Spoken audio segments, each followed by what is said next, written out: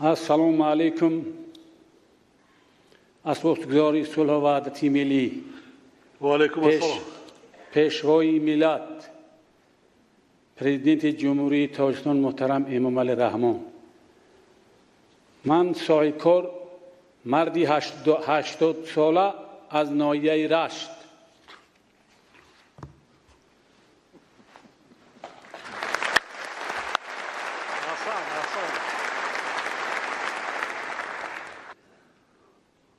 شما چطوره که سفری کاریتون به ناحیه رشت بود؟ خیلی درباره من کارهای من خودت دیدید، آموختید. وقتی که ما رو به قصر ملت دعوت کردن، ما به قصر ملت اومدیم. خوشبختانه من در سن 80 سالگیم به شما واخوردم. وقتی که مرا در سن 80 سالگی با مدال شایسته خدمت شایسته تاجیکستان سرفراز گردانیده، من خودم باز جوانتر حس کردم.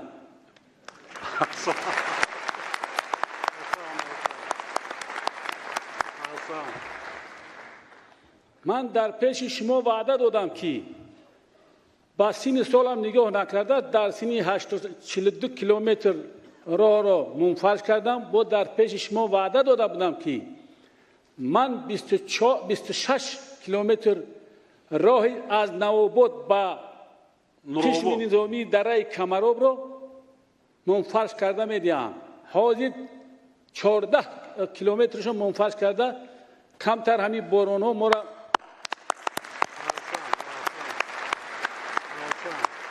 جناب عالی، من از متخصص ساحه چاروا همون دره کمراب طرف شرقی افتابرا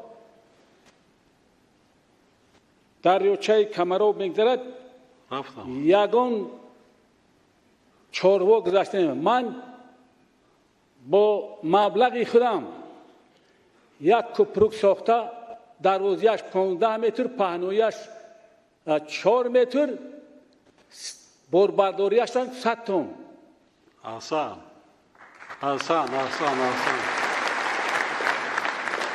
من برای مردم چاروادار برای مسئله آذوقه‌واری صدها گکتر چراگاه تابستانه آماده کردم و 150 بنا از همون کپری که من گذاشته گیاهای شفابخش رو میچینند.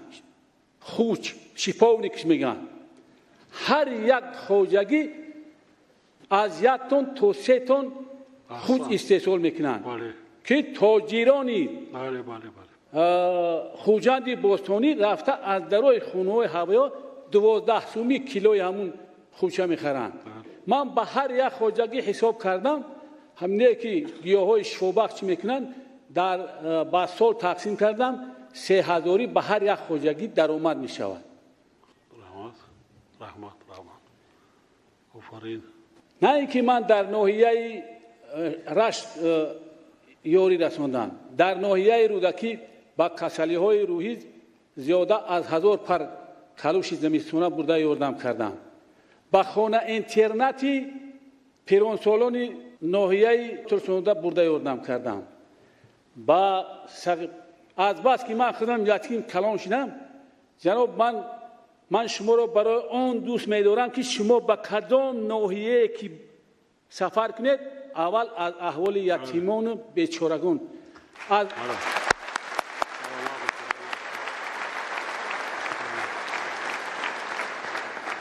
وقتی من 7 ساله بودم، یک رئیس جماعت به من برادرم یک مایکه و تروسک داد.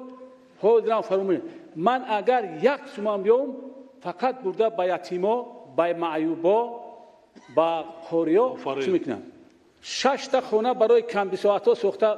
3 تا اشو الا برای میام خدای تعالی عمرت دراز کرده است.